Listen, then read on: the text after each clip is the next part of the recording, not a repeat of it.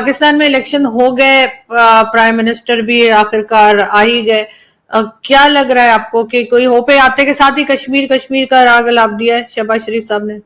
वही मैं सोच रहा था कि ये पाकिस्तान में थड़ा लेवल पॉलिटिक्स, थड़ा समझते हैं, ये फट्टों पे बैठ के जो नारेबाजी करते हैं ना, वो हमारे सियासतदानों का लेवल है। हम ये कर देंगे, हम वो कर देंगे। मैंने 2-3 बातें पहले की हुई हैं कि 47 में 3 इंसिडेंट मैंने दिए हैं, जो क्वेश्चन करें तो तब मजा आता है। इंडिया की तरफ से ऑफर भी थी कि आप कश्मीर रखें, हैदराबाद पे हमें तंग ना करें। मोहम्मद अली जिन्ना ने उनको रिजेक्ट किया।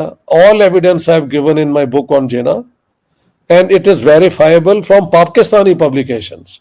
ये भी नहीं कि मैंने इंडियन सोर्सेज इस्तेमाल किए हैं, और उसमें से एक सोर्स जो है वो प्राइम मिनिस्टर ऑफ पाकिस्तान रहे, चौधरी मोहम्मद अली, इमरजेंस ऑफ पाकिस्तान। दूसरे आज़ाद कश्मीर जो पाकिस्तान का है, उसके प्रेसिडेंट रहे KH खुर्शीद। उनकी किताब है माई मेमोर्स विद जिन्ना, उसमें भी उन्होंने ये पूरा कोट किया है। उसके बाद दो जंगें हुई, जंगों में फिर जो ब्लड शेड होता है, नफरतें, जेलसीज, वो पॉलिटिक्स आ जाती है। तो सीज फायर जो है, हिस्ट्री ने कश्मीर और का एक बॉर्डर बना दिया, जो हम तकरीबन वो मानने वाले थे दोनों साइड्स, जब मनमोहन सिंह एंड वो अपना परवेज मुशर्रफ साहब थे पावर में। फिर Musharraf fail out of power, और अब एक थ्योरी है कि उनको गिराया इसलिए गया बिकॉज ये एग्रीमेंट हो रही थी। But since I have no proof, I am just mentioning it. तो ये अपना, एक तो Shahbaz Sharif is not the choice of the people, he is the choice of the establishment. लेकिन हम मान लेते हैं पाकिस्तान में he is not the only choice. जितने भी आए हैं बहुत सालों से, वो बल्कि पहले दिन से जो भी प्राइम मिनिस्टर बना है, वो ब्यूरोक्रेसी का या एस्टेब्लिशमेंट की या आर्मी उर्मी वालों के मर्जी से बना है। तो Shahbaz Sharif doesn't stand out as different, ठीक है।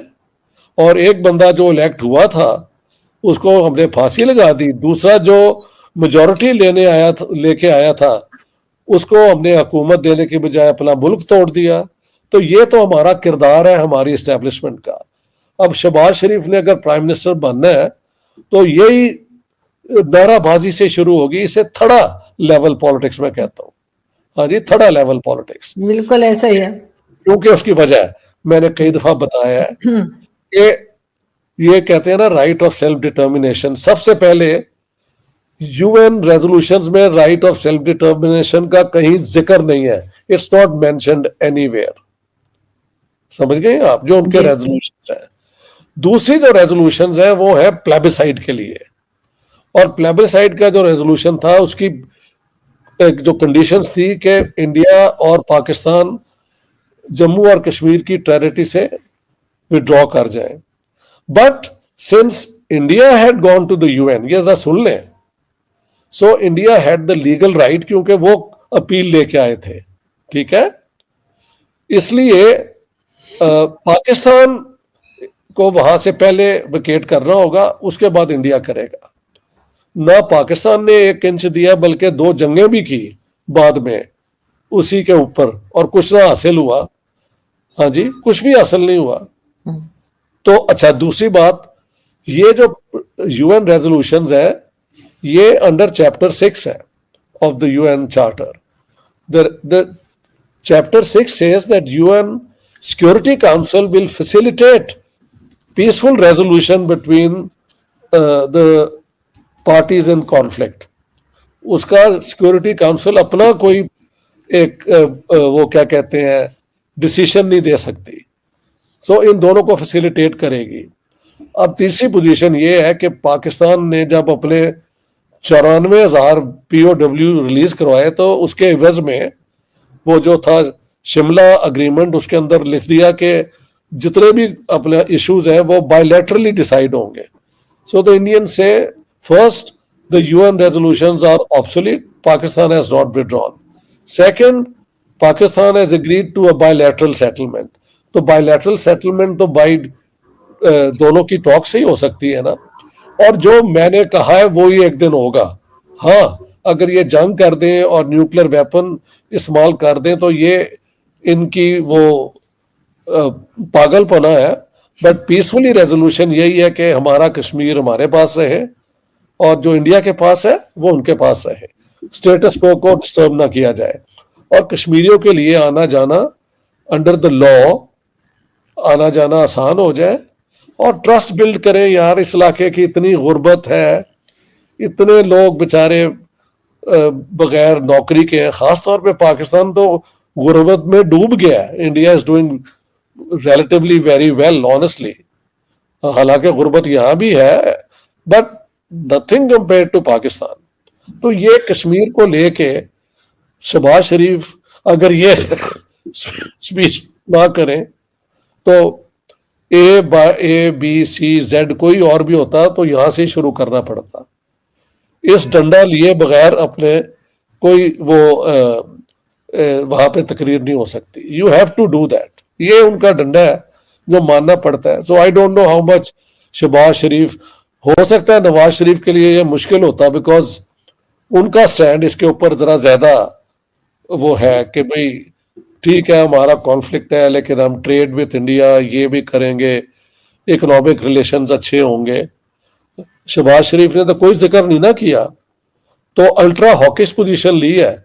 तो अल्ट्रा हॉकिश पोजीशन तो फिर सारी एस्टेब्लिशमेंट की है, तो why do we have a prime minister then?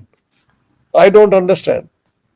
Pakistan और चीन दोनों ही आयरन ब्रदर्स होने का दावा करते हैं, लेकिन अब दोनों की दोस्ती पर संकट मंडरा रहा है। कंगाल हो पाकिस्तान अब चीन के लिए मुसीबत बन गया है। पाकिस्तान में चीन की बिजली कंपनियों ने अरबों डॉलर का निवेश कर रखा है, लेकिन अब उसका पैसा नहीं लौट रहा। चीन सरकार की कई चेतावनी के बाद भी पाकिस्तान की सरकार ने जब पैसा नहीं लौटाया तो कई चीनी कंपनियों ने इस्लामाबाद से बोरिया बिस्तर समेट लिया है। यह धनराशि करीब 493 अरब पाकिस्तानी रुपए बताई जा रही है। यह खुद पाकिस्तान की सरकार ने कबूल किया है। पावर सेक्टर की चीनी कंपनियों ने जनवरी 2024 में अपने निवेश में से 17 करोड़ डॉलर को निकाल लिया है। यह पाकिस्तान के लिए सबसे बड़ी चिंता का विषय बन गया है। पाकिस्तान में CPEC की परियोजना के तहत चीन ने करीब 62 अरब डॉलर का निवेश कर रखा है और इसे वह और ज्यादा बढ़ा रहा है। पाकिस्तानी पत्रकार कामरान यूसुफ कहते हैं कि पाकिस्तान में जहां चीन जमकर पैसा खर्च कर रहा है, वहीं पाकिस्तान को जो पैसा लौटाना था वह नहीं लौटाया।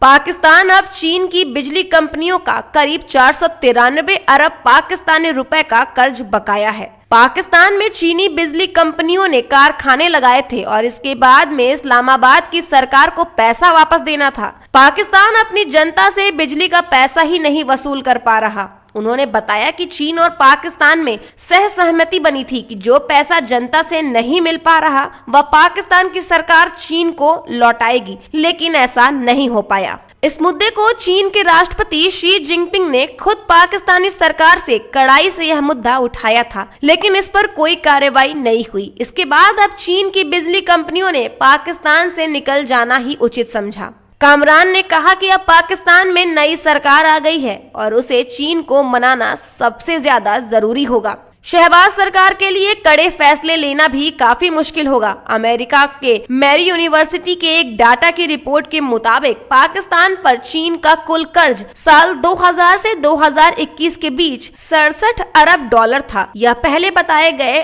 आंकड़ों से 21 अरब ज्यादा है।